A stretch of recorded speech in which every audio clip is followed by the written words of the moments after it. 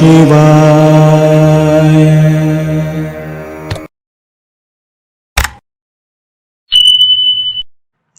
అందరికీ నమస్కారం అండి. నేను మీ రాధిక.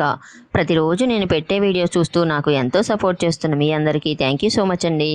హనుమంతుడు శ్రీరాముని భక్తుడు. ఆంజనేయ స్వామిని పూజించటం వలన మనకు శ్రీరాముని అనుగ్రహం కూడా కలుగుతుంది. ఆంజనేయ స్వామి అమోఘమైన శక్తి కలవాడు. ఆంజనేయ స్వామి చాలీసా హనుమంతుని వైభవాన్ని తెలిపే ఒక భక్తి సంకీర్తన.